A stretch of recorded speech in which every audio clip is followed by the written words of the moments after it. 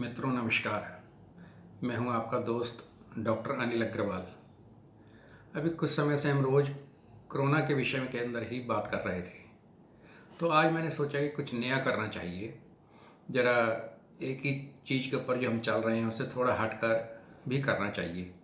तो आज सुबह ही मेरे पास एक पेशेंट आया जिसके बाएं कंधे में दर्द था और वह कंधा उसका बहुत एक तरह से जाम था, वो ऐसे इससे ऊपर नहीं ले जा सकता था। आयु भी उसकी कोई ज़्यादा नहीं थी, 55 वर्ष की उसकी आयु थी। और वो कहने लगा, डॉक्टर साहब मेरे से तो ये हाथ ही नहीं ऊपर उठता, अब इससे ज़्यादा नहीं उठ रहा। मैंने कहा भाई, और पीछे भी जाओ तो वो इससे ज़्यादा नहीं जाता, नहीं तो आमतौर पे तो हाथ पूरा ऐसे उठ जाता है, दूसरा भी ऐसे उठ जाता है और सभी का उठता है। लेकिन जब ये हाथ पूरा ना उठे तो ये कंधे का कारण होता है कि कंधा जाम हो गया है। जब कंधा जाम हो जाता है तो वो ज़्यादा मूवमेंट नहीं कर पाता है।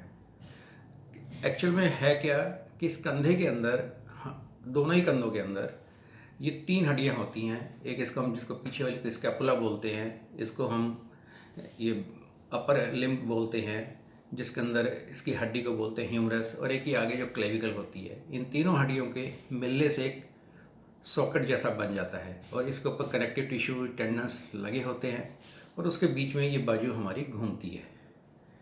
और जब ये इसके बीच में जो कैप्सूल बना होता है, जब वो थिक हो जाता है, उसमें सूजन आ जाती है, तो ये हाथ ऊपर उठने में मुश्किल होती है और इसको हम कहते हैं कि कंधा जाम हो गया। आम भाषा में बोलते हैं कंधा जाम हो गया, क्योंकि ऊपर ले जाने में दर्द होता है। कई लोगों को एक पर्टिकुलर डायरेक्शन के अंदर उठाते हुए दर्द होता है और एक पर्टिकुलर डायरेक्शन में दर्द बिल्कुल नहीं होता है और कुछ में थोड़ा थोड़ा दर्द होता है।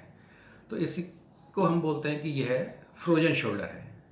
फ्रोजन शोल्डर के अंदर रोगी को बहुत दर्द होता है, उसके दोनों हाथों की मूवमेंट या एक हाथ की मूवमेंट रेस्ट्रिक्ट हो जाती है और उसकी वजह से वो बहुत परेशान रहता है, क्योंकि उसके अंदर उसको नहाने के अंदर भी दिक्कत आती है, गाड़ी चलाने में दिक्कत आती है, घर के काम करने में, ऑफिस के काम करने में, सब में ही वो परेशान हो जाता है।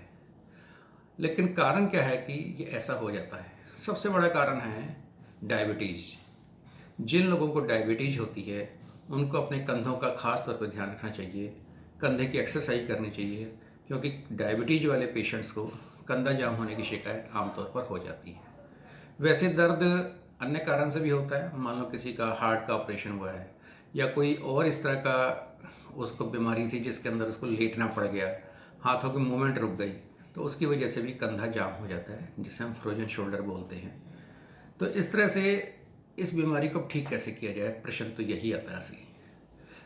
इसके लिए लोग एक्सरसाइज भी करते हैं, मसाज भी करवाते हैं, उनसे थोड़ा बहुत फ़ायदा भी होता है। फिजियोथेरेपी भी करवाई जाती है, जिससे भी लाभ मिलता है। एलोपैथी में इसके लिए एंटी इन्फ्लामेटरी दवाइयाँ, एनाल्जेसिक दवाइयाँ, इनका इस्तेमाल किया जाता है। कुछ स्टेरॉयड के इंजेक्शन्स भी इस जोड़ के अंदर लगाए जाते हैं, जिससे रोगी को लाभ मिलता है। लेकिन हम यहाँ पर मेन बात करेंगे होम्योपैथी की, कि होम्योपैथी के अंदर इससे कैसे लाभ मिलेगा। तो होम्योपैथी के अंदर अगर दायां कंधा जाम है तो उसके अंदर मेन दवाई हमारे पास एक लाइकोपोडियम नाम की दवाई है, जिसके इस्तेमाल से इसके अंदर काफ़ी आराम मिलता है। दूसरी दवाई है एसिड फ्लोरिकम, उससे भी दाएं कंधे के अंदर लाभ मिलता है।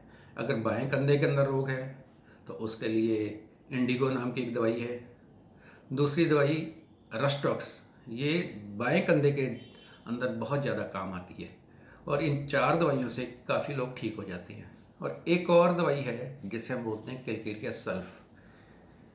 अगर मान लो दोनों ही कंधे जाम हैं तो कौन सी दवाई दें? अब ना तो लेफ़्ट वाली दे सकते हैं ना राइट वाली दे सकते हैं, तो उस वक्त की ये कैलकेरिया सल्फ नाम की दवाई बहुत ही अच्छा काम करती है और रोगी काफ़ी ठीक हो जाते हैं। अगर इन दवाओं से ठीक नहीं हो तो फिर रोगी की पूरी हिस्ट्री लेनी पड़ती है, उसके दर्द की वजह जाननी पड़ती है, उसके और सिम्टम्स, उसको क्या अच्छा लगता है, क्या अच्छा नहीं लगता है, उसको गर्मी से आराम मिलता है या ठंडक से आराम मिलता है दर्द के अंदर, ये सारी तरह के सिम्टम्स लेकर फिर दवा निकाली जाती है और रोगी को दी जाती है, जिससे उसका ये फ्रोजन शोल्डर ठीक हो जाता है। इसके अतिरिक्त मैं और एक आपको चीज़ बताता हूँ कि एक्यूप्रेशर के अंदर भी या एक्यूपंक्चर के अंदर भी कुछ पॉइंट्स हैं जिनके इस्तेमाल से ये फ्रोजन शोल्डर ठीक हो जाता है। और वो पॉइंट्स इतने सटीक हैं कि जैसे रोगी मेरे पास क्लिनिक में आया तो मैं अगर वो एक्यूपंक्चर निडल उसको वहाँ लगाता हूँ तो उसी वक्त में उसका हाथ पूरा का पूरा इस तरह से ऊपर तक ले जाने में उसको सक्षम बना देता हूँ। और वह जब निडल हम निकाल लेते हैं तो उसके बाद फिर उसको थोड़ा सा मूवमेंट उसकी बेटर हो जाती है, लेकिन एक बार इतना चमत्कारी पॉइंट्स हैं कि पूरा हाथ उसका ऊपर होने लग जाता है और बहुत जल्दी रोगी ठीक हो जाता है। लेकिन इसके साथ साथ होम्योपैथिक दवाइयाँ भी देनी पड़ती है जिससे रोगी पूर्णतः ठीक हो जाता है। धन्यवाद दोस्तों।